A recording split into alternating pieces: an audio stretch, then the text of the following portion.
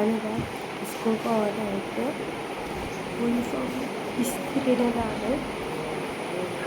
Uniform തിരിഞ്ഞ് കൊടുക്കുമ്പോൾ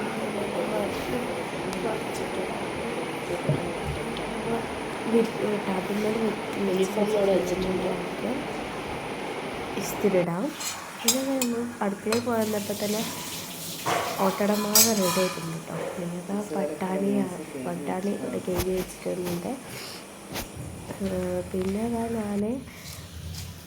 ഓട്ടാട ചൂടാട്ടോ. ഞാനല്ല ഉമ്മ ഓട്ടാട ചൂടാണ്. ഓട്ടാട റെഡി ആയിട്ടുണ്ട്.